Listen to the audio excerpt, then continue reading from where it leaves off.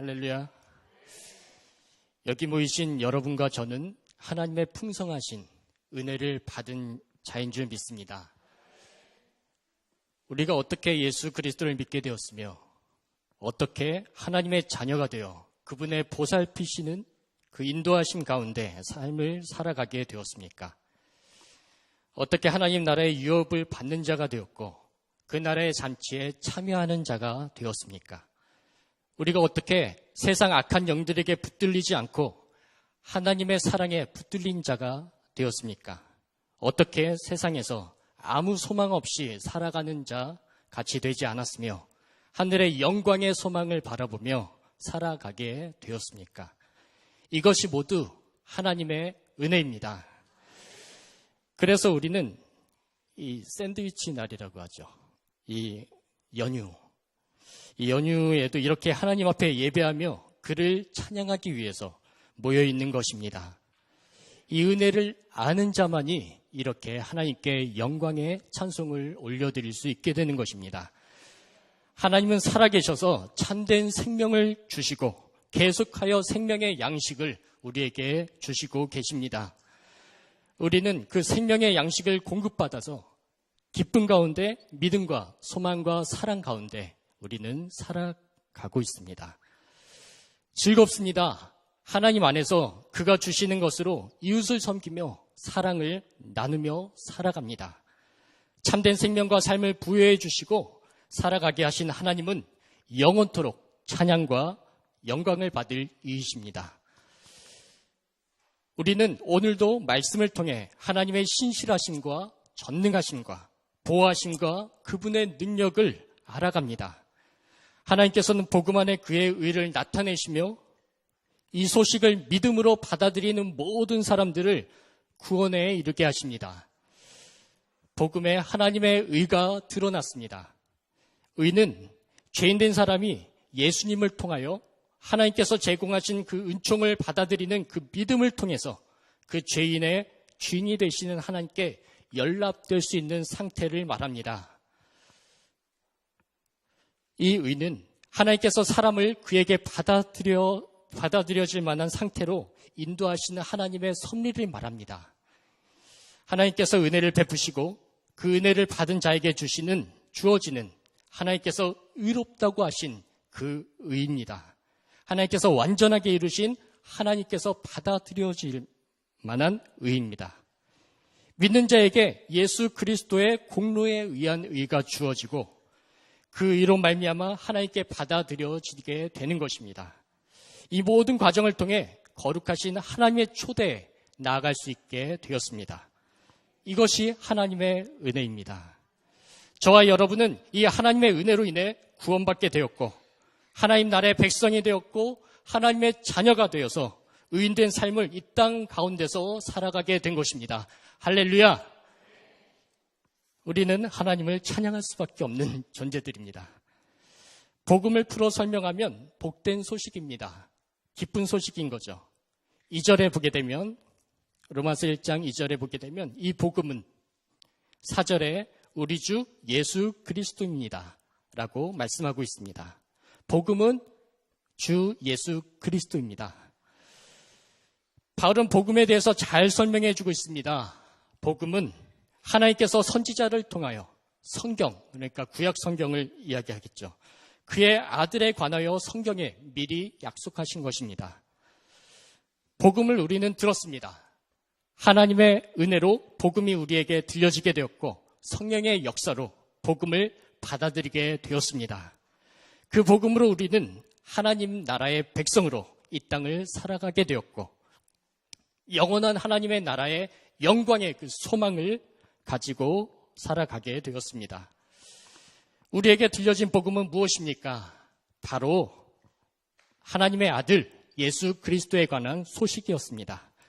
예수님은 하나님의 아들로서 이 땅에 오셨습니다. 모든 죄인들을 구원하시기 위함이었습니다. 예수님은 이 땅에서 사는 동안 철저하게 하나님의 모든 법도를 다 지키셨습니다. 하나님께서 받으실 만한 의인된 삶을 살아내셨습니다. 얼마나 많은 유혹들이 예수님께 다가왔습니까? 그럼에도 불구하고 예수님은 하나님의 말씀으로 그 유혹들을 다 이겨내셨습니다. 하나님께서 그리고는 모든 사람들의 죄를 대신 지시고 십자가에 오르셨습니다. 십자가의 죽으심으로 모든 사람의 죄에 대한 형벌을 예수님께서 다 받으셨습니다. 사람을 향하신 선하신 하나님의 계획이 성취되는 순간이었습니다. 그의 사랑의 아들 예수님을 십자가에 죽게 하심으로 모든 인류를 향한 하나님의 사랑과 공의로움이 십자가 사건을 통해 드러나게 된 것입니다. 또한 예수님을 죽은 자 가운데서 부활하게 하심으로 영원한 생명의 소망을 모든 인류에게 보여주셨습니다. 예수님께서 부활하심으로 분명하게 하나님의 아들로 인정되었습니다. 이제 모든 사람에게 구원의 길이 열리게 되었던 것이죠. 하나님의 은혜 가운데 누구든지 십자가상에서 모든 죄의 값, 즉 사망과 형벌을 다 치르시고 하나님의 계획을 다 이루신 예수님을 받아들이고 믿으면 구원을 받아 영생을 누릴 수 있게 된 것입니다. 할렐루야! 우리는 다 영생을 얻은 자들입니다. 예수님을 믿고 영생을 얻어 하나님 나라의 백성이 된 것은 전적인 하나님의 은혜입니다. 하나님의 은혜로 우리는 믿어 순종함에 이르게 되었습니다. 무엇을 믿습니까? 바로 신앙의 내용과 교리입니다. 예수님이 그리스도이신 것과 하나님의 아들이시다라는 사실을 우리는 믿습니다. 또한 그리스도를 믿는 자에게는 반드시 순종하는 것이 따라오게 됩니다. 6절에 보게 되면 예수 그리스도의 것으로 부르심을 받았기 때문입니다. 믿는 모든 사람들은 이제 예수 그리스도의 소유가 된 것입니다. 세상의 풍속을 따라 살아가는 것이 아니라 그분의 뜻에 따라 살아가는 자가 된 것입니다. 그분은 주가 되셔서 그의 백성들을 다스리십니다. 그의 백성들을 의의 길로, 평강의 길로 언제나 인도하십니다. 은혜와 평강을 계속하여 그의 백성들, 자녀들에게 주셔서 살아가게 만드십니다. 믿음을 강하게 하시고 그에게 순종하는 백성들을 살피시며 채워주시며 이끌어 가십니다.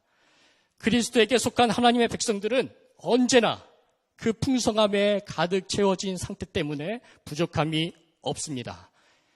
영원한 생명을 받았기 때문입니다. 그 어느 것과도 비교할 수 없는, 바꿀 수 없는 선물입니다. 생명을 부여해 주시는 분이 바로 예수 그리스도이십니다. 그분이 나의 주인이 되시고 나의 구원자가 되신다는 사실을 우리는 반드시 기억해야 할 것입니다. 하나님의 사랑하심을 받고 부르심을 받아 또한 그분으로 말미암아 새로운 생명을 얻어 새로운 삶을 우리는 살아가게 된 것입니다.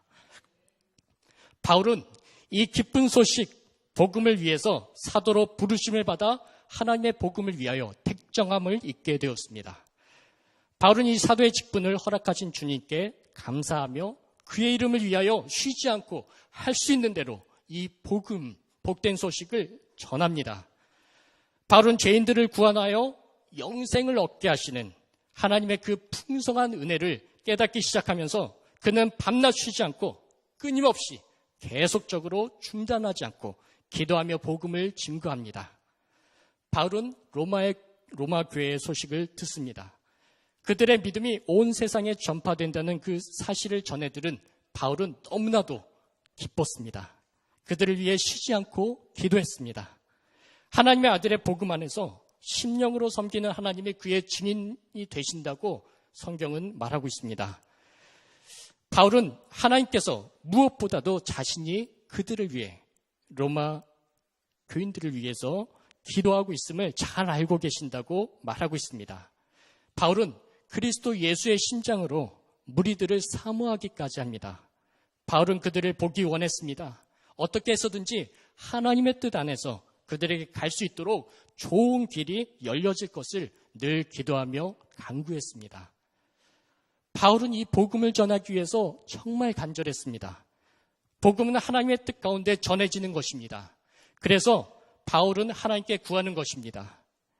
알맞은 때에 길을 열어주시고 복음 전할 기회를 제공해 주셔서 믿음에 이르게 하시는 분은 바로 하나님이시기 때문입니다. 우리가 복음을 늘 전합니다. 가서 전하죠. 그 길을 열어주시는 분도, 그 기회를 제공해 주시는 분도 하나님이십니다. 하나님에 의해서 우리가 쓰임을 받아 복음이 전해진다는 사실을 꼭 기억하시기 바랍니다. 이처럼 하나님의 은혜 가운데 주 예수 그리스도의 복음이 전해지고 많은 사람들이 믿음으로 말미암아 구원에 이르게 됩니다. 바울은 알았습니다. 복음을 전함에 있어서 자신의 지혜와 지식으로 전하지 않았습니다. 이 복음의 능력이 있음을 알았기 때문입니다. 복음이 들려진 곳에 믿음이 세워지고 성령의 열매들이 맺혀지는 것을 여러 번 경험하였기 때문입니다. 바울은 자신을 모든 사람에게 빚진 자라는 표현을 또한 씁니다. 어떤 자에게라도 이 복음이 들려져야 한다고 말합니다. 14절에 보게 되면 헬라인이나 야마인인 지혜 있는 자나 어리석은 자에게 의무를 가지고 복음을 전하려 합니다. 헬라인들의 특징적인 것은 지혜입니다. 그들의 인간적인 지혜는 하나님의 복음의 지혜와는 완전히 다르기 때문에 하나의 장애물이 되었습니다. 지금 시대에도 보면 복음이 전해질 때 세상의 지혜는 복음이 잘 받기 위하여 쓰여지는 것보다는 오히려 방해물이 되는 경우가 많습니다. 세상의 지혜로 충분히 잘 먹고 편안하게 살 수 있을 것이라고 믿고 의지하면서 사람들은 살아갑니다. 계속하여 개발하고 많은 시간들을 들여서 그 지혜를 얻기에 힘을 다하는 모습들을 우리 주변에서 볼 수 있게 됩니다. 그렇게 얻은 지혜를 가지고 자기를 뽐내는데 사용합니다. 그들에게는 아무것도 두렵지 않습니다. 그만큼 자기에게 힘이 있다고 생각하기 때문입니다. 누구에게는 재산일 수도 있고, 누구에게는 권위일 수도 있고, 누구에게는 학식일 수도 있고, 누구에게는 기술일 수도 있습니다. 그것 때문에 어느 누구에게도 무엇에도 두렵지 않습니다. 그리고 그것을 가지고 자신을 세워갑니다. 자신을 드러냅니다. 자신의 힘을 기릅니다. 또 다른 부류의 사람들은요, 가난한 사람, 무지한 사람들입니다. 몸 하나만을 의지하고 살아가는 사람들입니다. 가진 것은 없고 있는 것이라고는 몸이라 육체적인 노동을 하며 살아갑니다. 그래서 이들은 힘을 키웁니다. 그리고는 그 힘을 의지합니다. 어느 누구의 말도 듣지 않으려 합니다. 단순합니다. 생각을 하려 하지 않습니다. 되는 대로 살아가게 됩니다. 바울은 그가 어떤 사람일지라도 가리지 않고 복음을 전하기 위하여 동분서주합니다. 우리가 만나는 대상이 누구입니까? 우리 곁에 있는 사람이 누구입니까? 그 어느 누구에게도 이 하나님의 귀한 복음은 반드시 필요할 줄 믿습니다. 복음은 누구에게나 필요한 기쁜 소식이기 때문에 그렇습니다. 그 대상이 어느 누구라도 복음을 전하는 것에 대하여 부끄러워하지 않았습니다. 왜냐하면 복음은 믿는 자에게 구원을 주시는 하나님의 능력이 되기 때문입니다. 복음은 하나님의 능력이기에 그 어떤 사람일지라도 변화시킬 수 있는 힘을 가지고 있기 때문입니다. 고린도전서 1장 18절에 보면요, 십자가의 도가 멸망하는 자들에겐 미련한 것이요 구원을 받는 우리에게는 하나님의 능력이 됩니다. 왜 하나님의 능력이 됩니까? 복음에는 하나님의 의가 나타났기 때문입니다. 하나님의 의가 드러난다는 것입니다. 하나님의 의는 하나님께서 사람들을 자기 자신과 화해시키는 것을 말합니다. 하나님의 그 의로 말미암아 죄로 인해 멀어졌던 사람과 하나님과의 관계가 회복되었던 것입니다. 예수 그리스도의 십자가 죽음과 부활 사건에 하나님의 의가 드러난 것입니다. 하나님의 은혜로 말미암아 그리스도를 믿음을 얻게 되었고 그 믿음으로 말미암아 의롭다 하심을 받게 되어 의인으로 살게 된 것이죠. 이것이 바로 하나님의 놀라우신 의의 은혜가 작동하게 된 것입니다. 그러하기에 믿음으로 의롭다 하심을 받은 자들은 의인된 삶을 살아가게 됩니다. 할렐루야. 우리는 의인입니다. 하나님께서 의롭다 칭해 주신 의인으로서 우리는 이 땅을 살아가게 됩니다. 의인으로 살아간다는 것은 하나님의 자녀가 앞으로 오게 될 하나님 나라의 영광 가운데서 사는 것을 말합니다. 우리가 세상에 살아가고 있지만 세상에 썩어질 것들을 바라고 살아가지 않는 자가 바로 의인으로 살아가는 자입니다. 하나님께서 친히 다스리시는 하나님 나라의 시민으로서 살아가는 삶을 말합니다. 보이지 않는 영적 진리의 세계가 보여지는 것입니다. 그것을 붙들고 살아가게 되는 것입니다. 보이니까 마음에 참 평안과 참 기쁨이 찾아오게 됩니다. 영적인 눈이 열리고 막혔던 귀가 열려서 하나님의 진리를 받아들일 뿐만 아니라 그 가운데서 살아가며 그 삶을 통해 성령의 열매가 나타나는 것을 보게 됩니다. 의인된 삶을 살아가게 됩니다. 그러한 사람들을 통해서 하나님의 구원 사역은 계속하여 끊임없이 이루어지고 있습니다. 우리가 알아야 할 중요한 사실이 있습니다. 복음의 모든 믿는 자들을 의롭게 하시는 하나님의 의가 나타났다는 것입니다. 하지만 복음을 받아들이지 않고 믿지 않는 자들, 즉 불의한 자들에게 하나님의 의로 말미암아 무서운 진노가 임하게 됩니다. 하나님은 사랑의 하나님이기도 하지만 공의의 하나님이기도 하셔서 불의에 대하여는 절대로 참지 못하십니다. 심판하셔서 엄한 형벌에 처하게 하십니다. 하나님은 불의에 대하여 분노하십니다. 하나님은 진노하십니다. 모든 사람들은 하나님의 공의를 만족시키지 못하기 때문에 당연히 심판을 받아 형벌을 받게 됩니다. 18절에 보게 되면 하나님의 진노가 나타나는데 무엇에 의해 나타나게 됩니까? 바로 불의로 진리를 막는 사람들의 모든 경건하지 않음과 불의에 대해서 하나님의 진노는 나타나게 됩니다. 불의는 의가 없는 상태입니다. 그리고 하나님께 대적하는 자리에 서게 되는 것입니다. 서게 된 상태를 불의한 상태라고 이야기를 합니다. 불의한 사람은 경건하지 않습니다. 하나님에 대한 경외심도 없고 그를 창조하신 분으로 마땅히 영광을 돌려야 함에도 그렇게 하지 않습니다. 하나님 보시기에 악한 행동입니다. 그 악한 행동으로 인해 하나님의 진노가 임하는 것입니다. 19절, 하나님을 알만한 것이 그들 속에 환히 드러났습니다. 20절, 하나님의 영원하신 능력과 신성이 그가 만드신 만물에 분명히 보여 알려졌습니다. 우리가 자연에 나가면 어떻습니까? 멋진 산들을 볼 수 있습니다. 그리고 아름다운 꽃들을 볼 수 있죠. 푸르른 바다들을 보며 감탄을 하며 그것을 지으신 하나님을 볼 수 있게 하신 것입니다. 그렇기 때문에 그 어느 누구도 하나님의 진노하심에 대하여 핑계할 수 없습니다. 하나님은 모든 만물에 자신을 계시하셨거든요. 하나님에 대하여 전혀 모르는 사람들과 듣지 못한 사람들은 이러한 자연 속에서 하나님을 알 수 있는 참된 지각이 없기 때문에 자연을 보더라도 전혀 하나님을 생각할 수 없습니다. 그렇지만 하나님에 대하여 듣게 된 자들은 다 할 수가 있는 것입니다. 그래서 복음이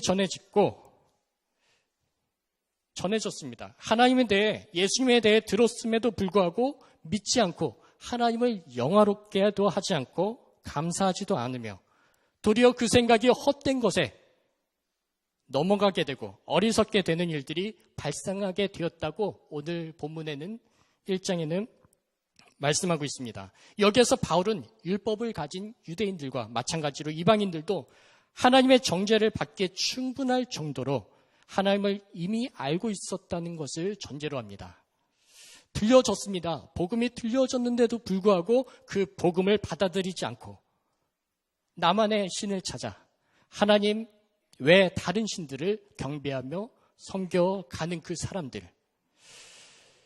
사람들은 절대로 멸망하지 않고 없어지지 않는 하나님의 영광을 파멸되고 오히려 없어질 사람과 새와 짐승과 기어다니는 짐승, 동물의 우상으로 바꾸어 버리는 일들이 생겨나게 되었습니다.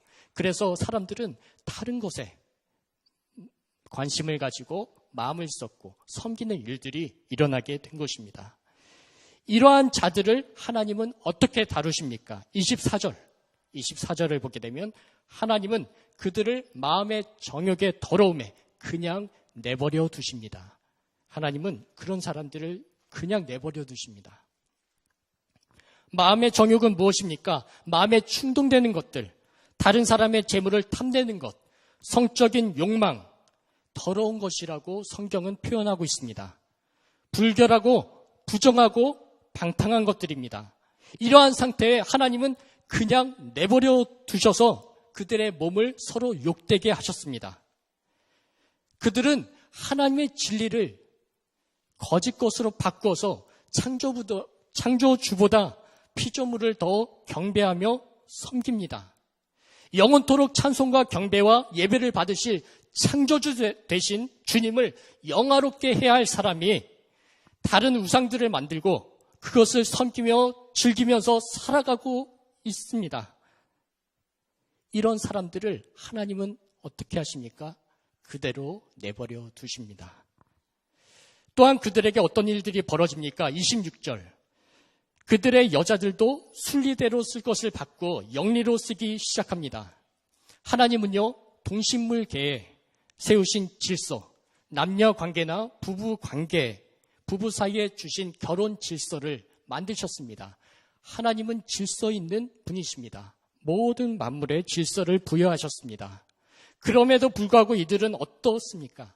이러한 질서를 어기고 영리로 그 본성을 거역하고 자연의 규칙적인 질서를 어기며 비자연스러운 관계로 성적 생활을 하게 됩니다. 여자가 남자와의 바른 관계를 버리고 여자가 여자와 관계를 맺는 일들이 나타나기 시작합니다. 역시나 남자도 그와 같이 여자와의 바른 관계를 버리고 서로 욕망에 불타서 남자와 관계를 맺기 시작합니다. 이처럼 하나님의 진리를 거짓된 것으로 바꾸며 살아갑니다. 악한 사람들의 모습입니다. 불의한 사람들의 모습들입니다. 그러나 스스럼 없이 이런 일들이 행해지고 인정되어지는 것들을 지금 오늘날에도 우리는 볼 수 있습니다. 이것은 무엇입니까? 동성애입니다.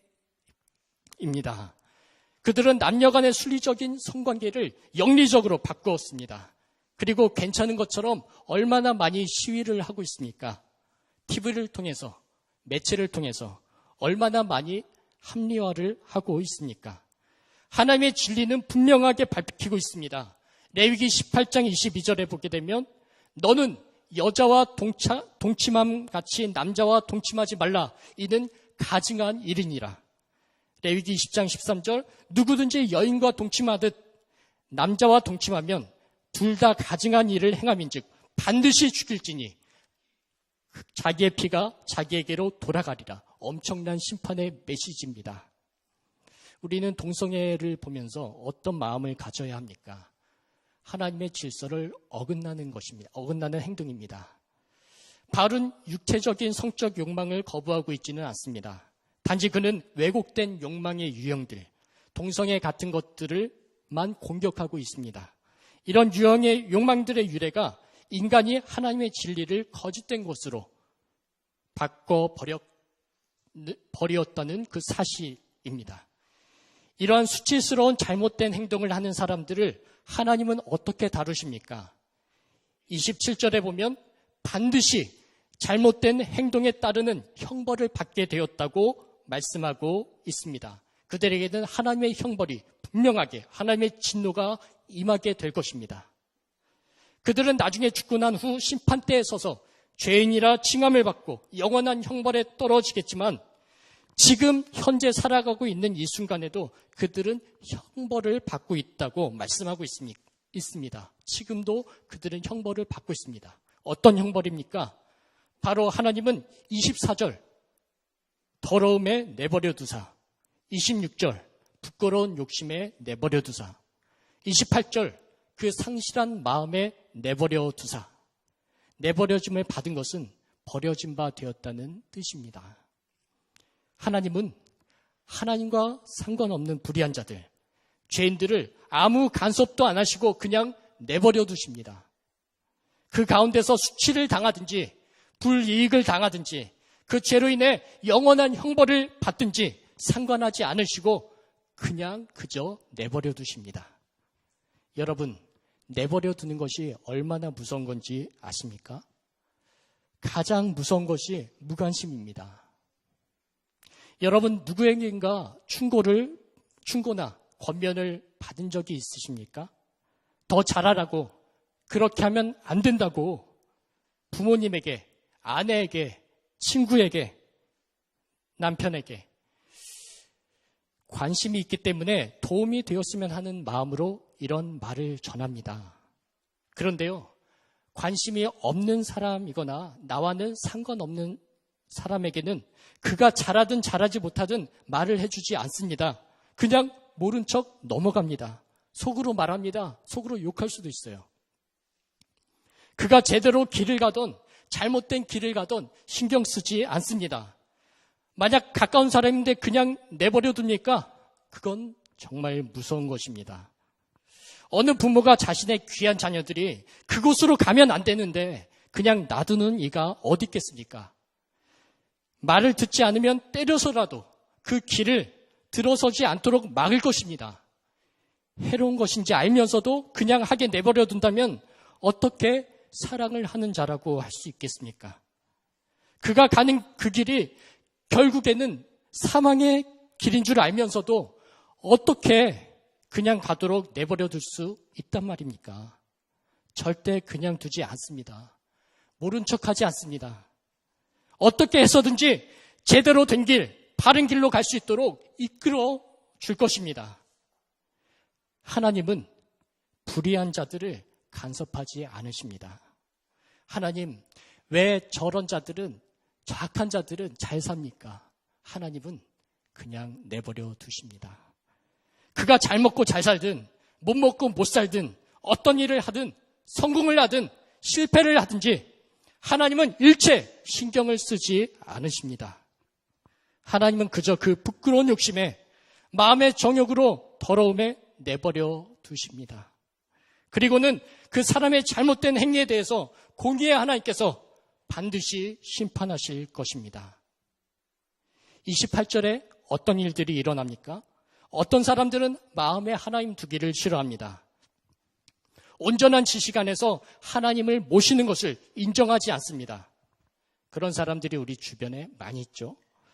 사람들이 하나님을 인정하기를 싫어하므로 하나님은 사람들을 해서는 안 될 일들을 하며 살아가도록 그 타락한 자리에 그냥 내버려 두십니다.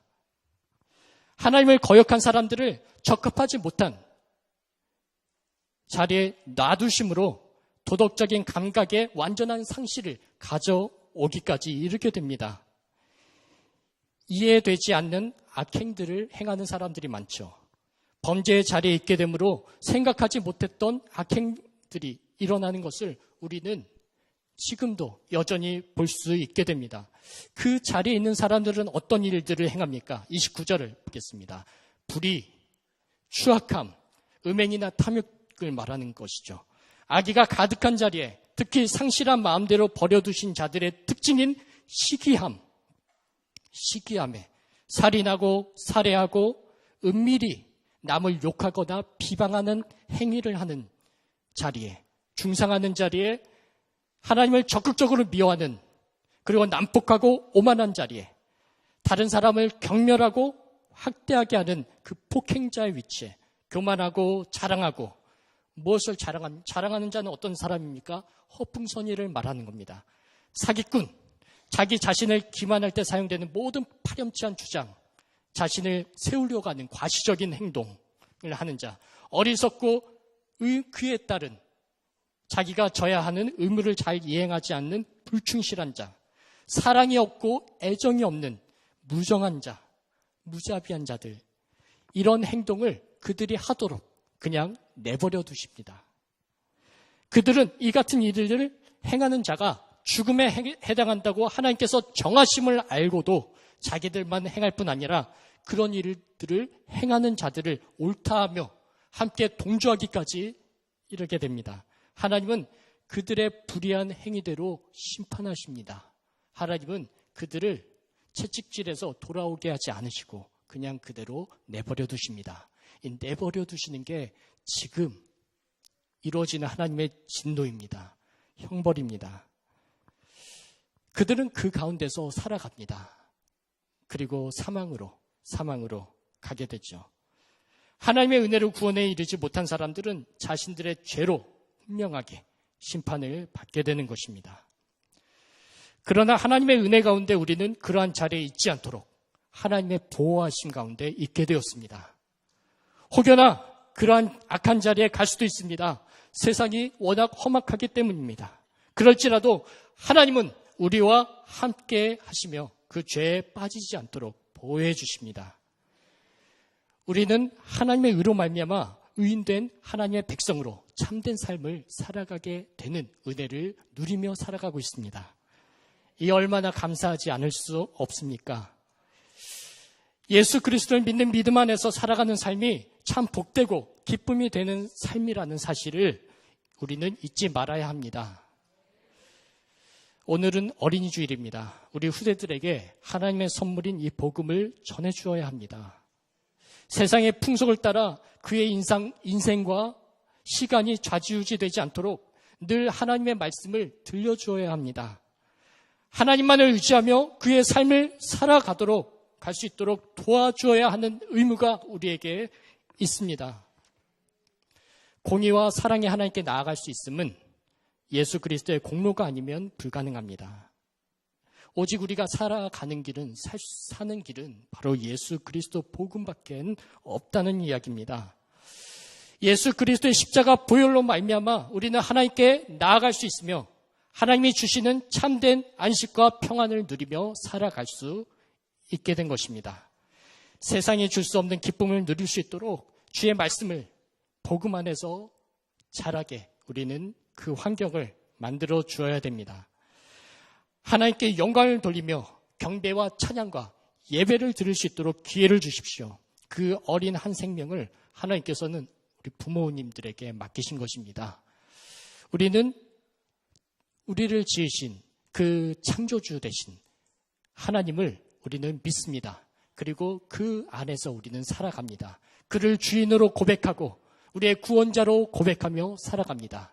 그 주인 되신 하나님의 관심과 돌봄 속에서 우리는 악한 세대에 빠지지 않게 되고 의의 길로 한 걸음 한 걸음 나아가게 되었습니다. 그 하나님께 감사하시길 바랍니다. 오늘도 내일도 그렇게 우리 주님은 우리를 의의 길로, 옳은 길로, 선한 길로 한 걸음 한 걸음씩 인도하고 가신다는 사실을 꼭 기억하시기 바랍니다. 그런 은혜를 주신 하나님께 우리는 찬양과 경배와 예배를 드리게 되는 것입니다. 기도하겠습니다. 살아계신 하나님 아버지, 은혜를 감사드립니다. 하나님께서 친히 독생자 예수 그리스도를 이 땅에 보내주시고 우리의 모든 죄를 담당하게 하신 그 은혜를 다시 한번 기억합니다. 아버지, 그 은혜로 말미암아 우리 모든 죄가 용서되었고 하나님께 받아들여지는 그 의인으로 하나님께서 세우셨습니다. 이 사실을, 이 진리를 우리가 꼭 간직하고 의인된 자로서 하나님께서 원하시는 뜻대로, 그리고 하나님께서 기뻐하시는 그 기쁨대로 아버지 우리가 살아갈 수 있도록 하나님 언제나 우리를 이끌고 인도하여 주시옵소서. 감사합니다. 모든 것 주님께 맡겨드리며 오늘도 이렇게 하나님께 우리를 창조하시고 지으신 하나님께 감사하며 찬송할 수 있는 기회를 주신 우리 주 예수 그리스도의 이름으로 간절히 기도드립니다. 아멘.